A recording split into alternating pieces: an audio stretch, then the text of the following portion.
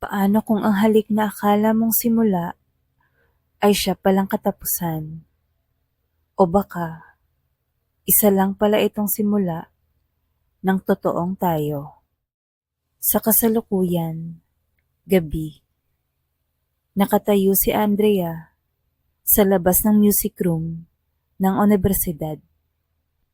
Hawak-hawak niya ang susi galing kay Erica. Pero hindi iyon ang mahalaga. Ang mahalaga, ito rin ang lugar kung saan hinalikan siya ng babaeng minamahal niya.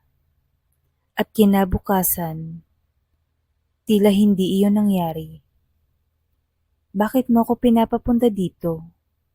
Tanong ni Erica mula sa likod. Halatang inis at aligaga. Huminga ng malalim si Andrea bago humarap. Gusto kong malaman kung may ibig sabihin ba sa'yo yung halik natin. Tahimik si Erica. Tinitigan lang siya. Walang imik. Saka lumingon sa paligid. Andrea, please. Hindi dapat to pinag-uusapan. Hindi dapat? Erica, hinalikan mo ko. O baka naman, nakalimutan mo na. Nag-init ang mata ni Andrea. Pinipigilan ang pagluha. Ako na lang ba ang may naaalala? Hindi sumagot si Erica. Sa halip, tumalikod ito at muling tinungo ang hagdan. Naiwan si Andrea, nanginginig sa lungkot at galit sa sakit na hindi niya alam kung dapat bang ipaglaban pa. Isang linggo ang nakalipas. Tahimik ang music room. Tanging tunog ng gitara ni Erica ang bumabalot sa gabi. Hating gabi na. Lihim silang nagtagpo roon. Hindi ito una, pero ito ang gabing may nangyari. Habang tumutugtog si Erica ng paborito nilang kanta, biglang naputol ang awit.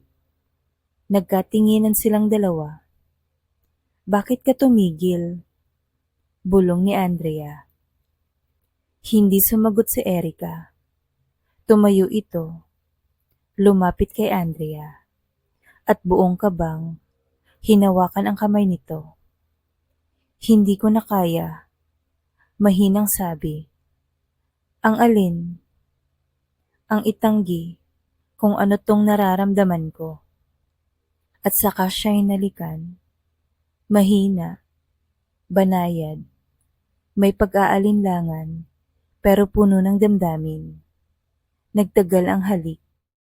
Para bang sinelyuhan ang lahat ng naipong emosyon sa pagitan nila.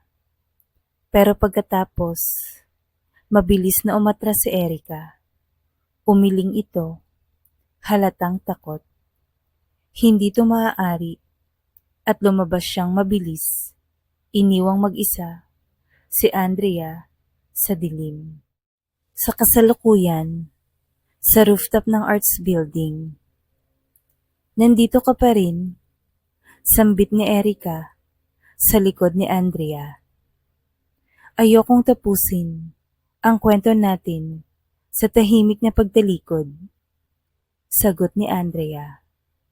Pumayag akong mahalin ka kahit palihim, pero hindi ako papayag na tratuhin mo yon na parang wala lang.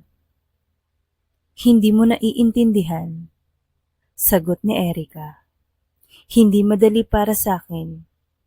Baka layuan ako ng pamilya ko at ng mga kasama sa banda.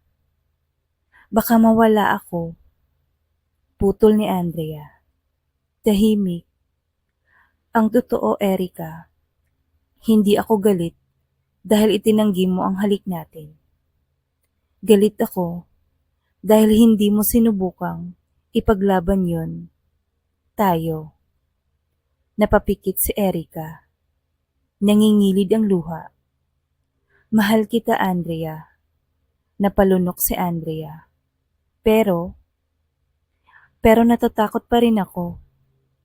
Lumapit si Andrea, marahan, at sa unang pagkakataon, matapos ang mga araw ng pagtatanggi, siya ang humawak sa pisngi ni Erika. Halikan mo ulit ako, kung totoo yung sinasabi mo. Nagkatinginan sila. Nagsimulang bumuhos ang ulan. Marahan sa una, tapos naging malakas. At doon, sa ilalim ng ulan, walang salita, naghalikan sila. Mas mahaba, mas matindi, mas totoo. Wala na tayong dapat itago, bulong ni Erika. Akala ni Andrea, tapos na ang lahat. Pero may mas malaking gulat na paparating. Makalipas ang 3 araw, sa harap ng hall, sa gitna ng crowd. Erika, Andrea, tawag ng band leader. Kayo ang tutugtog sa last set. Kinabahan si Andrea. Hindi pa sila okay ni Erika. Sa harap ng ibang tao. Hindi pa rin sila official. Kahit pa ba, hinalikan siya sa ulan. Pag-akyat nila sa stage, nagulat si Andrea. Si Erika, hawak ang mikropono. Bago kami tumugtog, may gusto akong sabihin. Nagtinginan ang mga tao. Si Andrea, napatigil. Si Erika ay ngumiti. Yung ngiti niyang bihirang makita ng iba. Laging may mga sekreto tayong pinipiling itago dahil takot tayong mawala ang mundo natin. Pero minsan, hindi natin alam na sa pagtatago natin, unti-unti na rin nating pinapatay yung totoo nating mundo. Napakapit si Andrea sa gitara niya. Gusto kong sabihin sa lahat, mahal ko si Andrea. Humugot ang crowd ng ingay. May nagulat. May naghiyawan. Pero si Andrea, hindi makagalaw. Lumapit si Erika. Hinawakan ang kamay niya sa harap ng madla. At hinalikan siya sa pisngi. Tapos sa labi. Sa harap ng lahat. Pagkatapos ng halik, bulong ni Erika. Hindi ko na ulit tatanggihan ang halik natin. Nanginginig ang labi ni Andrea. Tumulo ang luha. Pero sa wakas, ngiti na ang kasama. Magkahawak kamay silang naglalakad sa campus. Wala nang taguan. Wala nang pagtatanggi. Walang ibang alam ang mundo, kundi ito. Mahal nila ang isa't isa. Ang dami pa ring nagugulat. Sabi ni Andrea. Sino ba naman kasi ang mag-aakalang may love story tayong ganito? Biro ni Erika. Tumawa si Andrea. Oo nga, iyakan sa music room at ang pinakamatinding halik sa buong buhay ko. Tara mamaya sa music room, pabulong ni Erika. This time, hindi na sikreto, pero exclusive pa rin. Natawa si Andrea.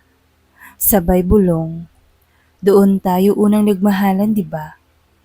At hinalikan siya muli ni Erika.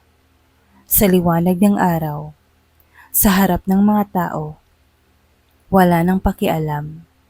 Dahil minsan, ang sekreto ng kahapon ay pinagmamalaki na natin ngayon. Minsan, ang halik na itinago ay babalik din. Hindi para saktan ka, kundi para ipakita sa'yo na hindi lahat ng simula may masakit na wakas. Thank you for watching. Please don't forget to like and subscribe. Bye.